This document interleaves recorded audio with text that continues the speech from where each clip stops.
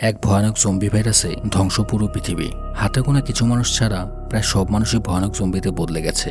বেঁচে থাকার আশা নিয়ে কিছু মানুষ এই হিংস্র জম্বিদের সাথে লড়াই করে টিকে আছে। আর কি অপেক্ষা করছে এই মানুষগুলোর ভাগ্যে? জানতে হলে দেখতে হবে পুরো ভিডিওটি। আজকের সিনেমার নাম 28 Days Later। সিনেমাটি আগের হলেও ভেতরের গল্পটা খুবই অসাধারণ। আশা করছি সকলের কাছে অনেক ভালো লাগবে। হ্যালো সবাইকে, আমি অমিত, আর আপনারা দেখছেন সিনেমেটিক জার্নি। আর কোনো কথা না বাড়ি শুরু করছি আজকের সিনেমার গল্প। সিনেমাটির শুরুতেই আমাদেরকে ক্যামব্রিজ ইউনিভার্সিটির একটি ল্যাব দেখানো হয়, যেখানে কিছু সায়েন্টিস্ট মিলে একটি ভাইরাস নিয়ে এক্সপেরিমেন্ট করছিল। ভাইরাসটি তখনও পুরোপুরি প্রস্তুত হয়ে ওঠেনি। সেখানে কিছু শিম্পাঞ্জিও রাখা হয়েছিল, যাতে তারা শিম্পাঞ্জিগুলোর মধ্যে ভাইরাস ইনজেক্ট করে ভাইরাসের কার্যকারিতা সম্পর্কে জানতে পারে। শিম্পাঞ্জিগুলোর মধ্যে ভাইরাস ইনজেক্ট করার ফলে শিম্পাঞ্জিগুলো অনেক বেশি আক্রমণাত্মক হয়ে ওঠে। সেখানে থাকা সবাই খুব ঘাবড়ে যায়। তখনই সেখানে অ্যানিমেল রেস্কিউ করার জন্য কিছু লোকজন চলে আসে। এটা বেসিক্যালি একটি সিক্রেট অর্গানাইজেশন ছিল। তারা অ্যানিমেল রেস্কিউ করার কাজ করে থাকে। লোকগুলো ওইসব অ্যানিমেলদের রেস্কিউ করত, যাদেরকে আটকে রেখে গোপনে বিভিন্ন রিসার্চ করা হতো। এই ল্যাবটিতে শিম্পাঞ্জিগুলোকে অনেক বেশি টর্চার করা হচ্ছিল। কোনোভাবে অ্যানিমেল রেস্কিউ করার অর্গানাইজেশনের লোকজন তা জানতে পেরে শিম্পাঞ্জিগুলোকে এখানে উদ্ধার করতে চলে আসে।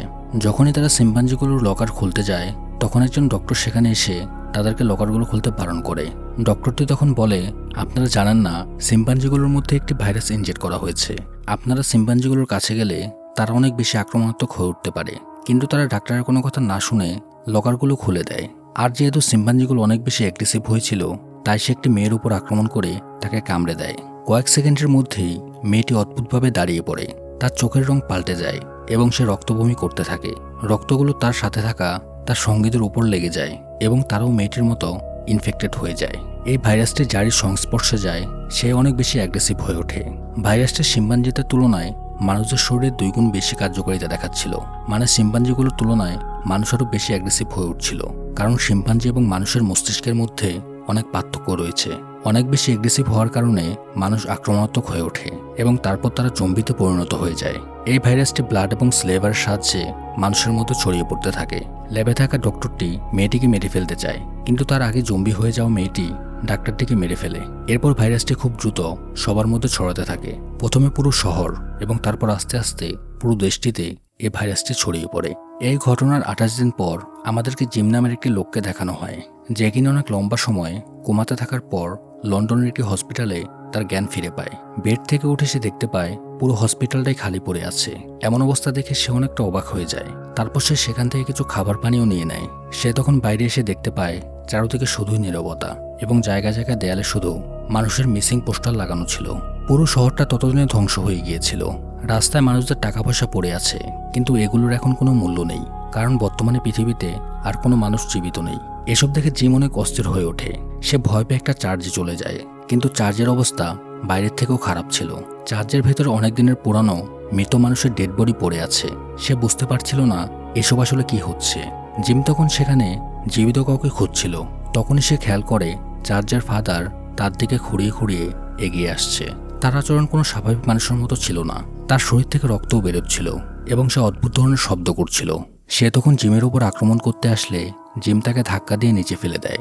জিম বুঝতে পারে না এখন তার কি করা উচিত। সে তাকে সরি বলে এবং সেখান থেকে দৌড়ে পালানোর চেষ্টা করে। তখন ফাদারের সাথে থাকা অনেকগুলো জম্বি জিমের পিছু তাড়া করে। জিম এসব দেখে অনেক বেশি ভয় পেয়ে যায়। জম্বিগুলো তাকে প্রায় ধরেই ফেলছিল, কিন্তু ভাগ্য ভালো থাকায় তখন সেখানে 2 জন লোক এসে জম্বিগুলোর উপর আগুন জ্বালিয়ে দেয়, যে কারণে জম্বিগুলো পুরো মারা যায় এবং জিম প্রাণে বেঁচে যায়। তারপর ওই 2 জন লোক জিমকে সেখান থেকে নিয়ে যায় যেখানে তারা লুকিয়ে থাকে। সেখানে গিয়ে তারা যখন মাস্ক খুলে, তখন আমরা দেখতে পাই তাদের মধ্যে একজন মেয়ে এবং একজন ছেলে। ছেলেটির নাম হচ্ছে মার্ক এবং মেয়েটির নাম হচ্ছে সেলিনা। তারা জিজ্ঞাসা করায় তখন জিম তাদেরকে বলে সে সাইকেলে করে কুরিয়ার ডেলিভারি করার কাজ করত। একদিন তার একটি গাড়ির সাথে অ্যাক্সিডেন্ট হয়ে যায়। তারপর আর তার কিছুই মনে নেই, কিন্তু আজকে তার জ্ঞান ফিরে আসে এবং সে সব দেখতে পায়। সে কিছুই বুঝতে পারছে না এসব কি হচ্ছে। তারপর তারা 2জন জিমকে বলে একটি ভাইরাস পুরো দেশটাকে নিজের কন্ট্রোলে নিয়ে নিয়েছে। পুরো শহর ধ্বংস হয়ে গিয়েছে। আর্মি এবং গভর্নমেন্টও কিছু করতে পারেনি। সবকিছু শেষ হয়ে গিয়েছে। কিন্তু গত 6 দিনে জিমি একমাত্র ব্যক্তি যাকে তারা বাইরে জীবিত অবস্থায় দেখেছে। তখন তারা বলে আমাদের ফ্যামিলির এখন কেউ আর বেঁচে নেই। জিম তার পরিবারকে খুঁজে বের করতে চাচ্ছিল। তারা জিমকে অনেক বোঝানোর চেষ্টা করে এই পরিস্থিতিতে তার পরিবারের কেউ আর বেঁচে নেই। কিন্তু তবুও জিম আসল সত্যিটা জানতে চায়। তাই পরের দিন সকালে সে তাদের সাথে নিয়ে তার বাড়িতে চলে যায়, যেখানে গিয়ে সে দেখতে পায় তার বাবা মা সুইসাইড করে মারা গিয়েছে। তাদের হাতে জিমের একটি ফটো ছিল। ফটোটির পেছনে কিছু লেখা রয়েছে। সেখানে তার বাবা মা জিমকে উদ্দেশ্য করে কিছু লিখেছিল। সেখানে লেখা ছিল, জিম, আমরা তোমাকে ঘুমন্ত অবস্থায় রেখে যাচ্ছি এবং আমরা এখন তোমার সাথে ঘুমিয়ে আছি, আর কখনো জেগো না। লেখাটি পড়ে জিম কান্না করতে থাকে এবং অনেক আপসেট হয়ে পড়ে। কিন্তু কিছুই করার নেই, তাকে মেনে নিতে হবে যে তার বাবা মা এখন আর এই পৃথিবীতে নেই। তারা তিনজন সেদিন জিমের বাড়িতে থাকার সিদ্ধান্ত নেয়, কারণ তারা যদি এখন ফেরত যেতে চায় তাহলে অনেক রাত হয়ে যাবে, আর জম্বিগুলো রাতের বেলা অনেক বেশি অ্যাক্টিভ থাকে। রাতে যখন তারা বসে কথা বলছিল তখন হঠাৎ করে দুটো জম্বি এসে ঘরের কাজ ভেঙে জিমের উপর আক্রমণ করে দেয়। জিম কোনোভাবে তাদের থামিয়ে সেলিনা ও মার্ককে ডাকতে থাকে তাকে বাঁচানোর জন্য। জম্বিগুলো জিমকে প্রায় কামড়ে দিয়েছিল। তারা জিমের প্রতিবেশী ছিল, যারা কিনা এখন জম্বিতে পরিণত হয়ে গিয়েছে। আচমকা আক্রমণ করায় তারা ঘাবড়ে গেলেও অবশেষে অনেক কষ্টে তারা জম্বি দুটোকে মেরে ফেলতে সক্ষম হয়।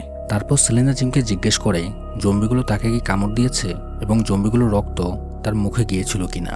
জিম তাকে না জানায়, কিন্তু মারামারি করার সময় একটি জম্বি মার্কের হাতে কামড়ে দেয়, যার ফলে মার্কও ইনফেক্টেড হয়ে যায়। তখন অনিচ্ছা থাকা সত্ত্বেও সেলিনা মার্ককে মেরে ফেলে, যাতে সে অন্য কারো ক্ষতি করতে না পারে। এখন শুধু জিম ও সেলিনাই জীবিত ছিল। তারপর তারা বাইরে যেতে দেখতে পায় একটি বিল্ডিং এর লাইট ব্লিঙ্ক করছে। তারা বুঝতে পারে যে তারা ছাড়া আরো মানুষ এখনো জীবিত আছে। জিম ও সেলিনা তখন সেখানে যাওয়ার সিদ্ধান্ত নেয়, কারণ বর্তমান পরিস্থিতিতে টিকে থাকতে হলে তাদের অবশ্যই লোকবল প্রয়োজন। তারা ওই বিল্ডিং এর উপরে যাওয়ার সময় তাদের পেছনে জম্বি চলে আসে। জম্বিগুলো তাদের উপর আক্রমণ করার সময় একটি লোক এসে তাদেরকে বাঁচিয়ে ফেলে। তারপর লোকটি জিম এবং সেলিনাকে তার বাড়িতে নিয়ে আসে। এই লোকটির নাম হচ্ছে ফ্র্যাঙ্ক। সে তার মেয়ে হেনাকে নিয়ে জম্বিদের থেকে লুকিয়ে এখানে থাকে। ফ্র্যাঙ্ক তাদেরকে তার বাড়িতে থাকতে বলে। তারপর ফ্র্যাঙ্ক জিম এবং সেলিনাকে বলে কিছুদিন ধরে একটি ট্রান্সমিশন রেডিও চলছে, যেখানে বলা হচ্ছে এই ভাইরাসের চিকিৎসা রয়েছে আর তার মাধ্যমে মানুষজনদের সাহায্য করা হচ্ছে। রেডিওতে তারা তাদের অ্যাড্রেসও বলে দিয়েছে, যাতে মানুষ নিজেদেরকে বাঁচাতে পারে। কিন্তু সেলিনা এসব বিশ্বাস করতে পারছিল না। সে তখন বলে তারা কেন আমাদেরকে বাঁচাতে চাইবে, আর এই মেসেজটি রেকর্ডেড ছিল। কিন্তু ফ্র্যাঙ্কের কথা মানা ছাড়া তাদের কাছে আর কোনো উপায় ছিল না। তারপর তারা রেডিও ট্রান্সমিশনের সাহায্যে বলা সে লোকেশনে যেতে থাকে। রাস্তায় একটা টানেল পড়ে। জিম তখন বলে এই টানেল দিয়ে যাওয়াটা ঠিক হবে না, কিন্তু ফ্র্যাঙ্ক বলে আমরা এই টানেল দিয়ে দ্রুত সেখানে পৌঁছাতে পারবো। টানেলের ভেতর অনেকগুলো গাড়ি ছিল। ফ্র্যাঙ্ক তখন টানেলের ভেতর দিয়ে দ্রুত গাড়ি চালিয়ে নিয়ে যাওয়ার চেষ্টা করে। তখনই ভাগ্য খারাপ থাকায় তার গাড়ির টায়ার পাঞ্চার হয়ে যায়। যখন তারা টায়ার চেঞ্জ করার জন্য বাইরে আসে তখন তারা দেখতে পায় অনেকগুলো জম্বি তাদের দিকে আসছে। তাই তারা দ্রুত টায়ার চেঞ্জ করে জম্বিরা তাদের কাছে পৌঁছানোর আগেই দ্রুত গাড়ি চালু করে সেখান থেকে চলে যায়। তারপর তারা সামনে একটা সুপার শপ পেয়ে যায়, যেখানে খাবার দাবার দিয়ে একদম পরিপূর্ণ ছিল। সবাই তখন প্রয়োজনীয় জিনিসপত্র সেখান থেকে নিয়ে নেয়। তারপর কাছে একটা পেট্রোল পাম্পে গিয়ে তারা পেট্রোল নেওয়ার জন্য দাঁড়ায়। জিম তখন গাড়ি থেকে নেমে সেখানের একটি ঘরে যায় দেখার জন্য যে এখানে কেউ জীবিত আছে কিনা। কিন্তু সেখানে সে দেখতে পায় একটি বাচ্চা মেয়ের লাশ নিচে পড়ে আছে। তখন আচমকা একটি জম্বি বাচ্চা জিমের উপর আক্রমণ করতে আসে, কিন্তু জিম খুব সহজেই সে জম্বিটাকে মেরে ফেলে সেখান থেকে চলে আসে। তারপর তারা আবার পথ চলতে শুরু করে। মাঝে মাঝে তারা যাত্রা বিরতি নেয় এবং সেখানে ভালো কিছু সময় কাটায়। এভাবে 2-3 দিন যাওয়ার পর তারা সেই লোকেশনে পৌঁছে যায়। শহরটাকে দূর থেকে দেখে এক নরকের মতো মনে হচ্ছিল।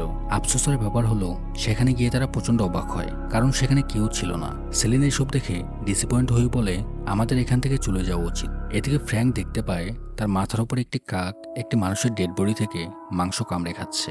এটা দেখার সময় ওই ডেড বডি থেকে এক ফোঁটা রক্ত ফ্র্যাঙ্কের চোখে পড়ে যায়। মানে ফ্র্যাঙ্কও এখন ইনফেক্টেড হয়ে গিয়েছে। তখন সে তার মেয়ের কাছে গিয়ে তার নিজের খেয়াল রাখতে বলে এবং দ্রুত এখান থেকে চলে যেতে বলে। তার মেয়ে হেনা তার কাছে যাওয়ার চেষ্টা করলে ফ্র্যাঙ্ক তখন তাকে ধাক্কা দিয়ে সেখান থেকে সরিয়ে দেয়। তার আচরণে ধীরে ধীরে পরিবর্তন আসতে শুরু করেছে। তারা বুঝতে পারে যে সে ভাইরাস ইনফেক্টেড হয়ে গিয়েছে। জিম তখন তাকে মেরে ফেলার সিদ্ধান্ত নেয়। তার আগে সেখানে একদল আর্মির সোলজার এসে ফ্র্যাঙ্ককে মেরে ফেলে। তারপর তারা সবাইকে ভ্যানে করে তাদের সাথে নিয়ে যায়। সেখানে গিয়ে তাদের সাথে পরিচয় হয় মেজর হেনরির। সে তাদেরকে আশ্বস্ত করে এখানে তারা একদম সেফ থাকবে, কারণ তারা তাদের বাউন্ডারি এবং সিকিউরিটি সিস্টেম অনেক নিখুঁতভাবে করেছে। তাই কোনো জম্বি ভেতরে আসতে পারবে না। যদি কোনো জম্বি ভেতরে চলেও আসে তাহলে সাইরেনের মাধ্যমে তারা বুঝতে পেরে যাবে এবং সাথে সাথে সেই জম্বিটিকে মেরে ফেলা হবে। কিন্তু এখনো তাদের কাছে এই ভাইরাসের পার্মানেন্ট কোনো চিকিৎসা আসেনি। তারপর হেনরি জিমকে তাদের আর্মি অফিসার মিলারের সাথে দেখা করতে নিয়ে যায়, যে কিনা কিছুদিন আগেই ইনফেক্টেড হয়েছিল। তাকে সেখানে শিকল দিয়ে বেঁধে রাখা হয়েছিল। তাকে এইভাবে এখানে রাখার উদ্দেশ্য ছিল তারা দেখতে যাচ্ছিল জম্বির আসলে কতদিন পর্যন্ত না খেয়ে সার্ভাইভ করতে পারে, আর এই ব্যাপারে যাতে তারা গুরুত্বপূর্ণ তথ্য নিতে পারে। রাতে যখন তারা ডিনার করতে বসে তখন তারা একটি বোম ব্লাস্টের শব্দ শুনতে পায়। তারা বুঝতে পারে যে জম্বিরা তাদের সীমানা পর্যন্ত এসে পড়েছে, কিন্তু যেহেতু এই জায়গাটা অনেক প্রোটেকশন দিয়ে তৈরি করা এবং প্রত্যেকটি সৈনিকের হাতে বন্দুক রয়েছে, তাই তারা সবাই মিলে জম্বিগুলোকে মেরে ফেলে। এবং তার পরের সিনে আমরা দেখতে পাই একজন আর্মি অফিসার সেলিনার উপরে জবরদস্তি করার চেষ্টা করছে। তখন জিম এসে আর্মি অফিসারটিকে মারা শুরু করে। সে সময় মেজর হেনরি এখানে এসে পরিস্থিতি স্বাভাবিক করে। সে তখন বাকিদের এখান থেকে চলে যেতে বলে। তারপর হেনরি জিমকে নিয়ে কিছু কথা বলে। সে জানায়, আপনারা ভাবতেও পারবেন না, যখন এই ভাইরাসটি শুরু হয়েছিল তখন থেকেই হেনরি একের পর এক তার সৈন্যদের হারাচ্ছে। তার বহু সৈনিক আত্মহত্যা করে ফেলেছে। তারা জানে এই পৃথিবীর আর কোনো ভবিষ্যৎ নেই, তবে হেনরিকে যেভাবে হোক তার সৈন্যদের একসাথে রাখতে হবে। সেজন্য হেনরি তার সৈন্যদের কথা দিয়েছে, যদি কোনো মেয়ে সার্ভাইভার থাকে তাহলে সে মেয়েটিকে সে তাদের হাতে তুলে দেবে। আর এটি করার একমাত্র উদ্দেশ্য হচ্ছে যাতে সৈন্যরা তার দলে থাকে। এতে পরিষ্কারভাবে বোঝা যাচ্ছে যে হেনরিকে মিশনটি কমপ্লিট করতে হলে তার সৈন্যদের লাগবে, আর সৈন্যদের একসাথে তার দলে রাখতে হলে তাদেরকে কিছু মেয়ে জোগাড় করে দিতে হবে তাদের মনোরঞ্জনের জন্য। এসব শুনে জিম একদমই চমকে ওঠে এবং সে তখন সুযোগ বুঝে সেলিন এবং হেনাকে নিয়ে সেখান থেকে পালিয়ে যাওয়ার চেষ্টা করে। কিন্তু মেজর হেনরি তার সোলজারদের নিয়ে তাদেরকে আটকে ফেলে এবং সেখানে একজন ফেরাল নামে সৎ সার্জন ছিল। সে তাদের তিনজনকে বাঁচানোর চেষ্টা করে, কিন্তু সৈন্যরা তাকেও ধরে ফেলে। তারপর জিম এবং তাকে একটি রুমের ভেতর আটকে রাখে। সৈন্যরা তখন ডিসাইড করে যে তারা জিম এবং ফেরালকে মেরে ফেলবে। তারপর তারা তাদেরকে মারার জন্য একটি জঙ্গলের ভেতর নিয়ে আসে। তারা ফেরালকে মেরে ফেলতে সক্ষম হলেও জিম কোনো মতে তাদের চোখে ধুলো দিয়ে সেখান থেকে পালিয়ে যায় এবং দেয়াল টপকে জঙ্গলের মধ্যে চলে যায়, যাতে সৈন্যরা তাকে খুঁজে না পায়। যেহেতু পাঁচিলের উপরে অনেক জম্বি রয়েছে, তাই সৈন্যরা মনে করে জিম হয়তো মারা যাবে, কারণ না আছে তার কাছে কোনো বন্দুক, না আছে গাড়ি, নিজেকে প্রোটেক্ট করার মতো তার কাছে কিছুই নেই। অন্যদিকে সৈন্যরা সেলিন এবং হেনাকে টর্চার করার জন্য একটা জায়গায় নিয়ে আসে। তখন জিম তাদেরকে বাঁচানোর জন্য একটি প্ল্যান বানায়। ক্যাম্পের কাছে থাকা সাইরেনটি সে বাজিয়ে দেয়। তখন সৈন্যরা সবাই অ্যালার্ট হয়ে যায় এবং বাধ্য হয়ে তাদের সেলিন এবং হেনাকে ছেড়ে দিতে হয়। তারা দ্রুত সেখানে গেলে দেখতে পায় সেখানে কোনো জম্বি নেই। তারা তখন বুঝতে পারে এই সাইরেনটি ফ্যাক্ট ছিল এবং কোনোভাবে জিম সেটা করেছে। তাই হেনরি জিমকে মারার জন্য তার গাড়ি নিয়ে বেরিয়ে পড়ে। তারা তখন চারদিকে এলোপাথারেই গুলি চালাতে থাকে, কিন্তু জিম একটি জায়গায় চুপ করে লুকিয়ে থাকে।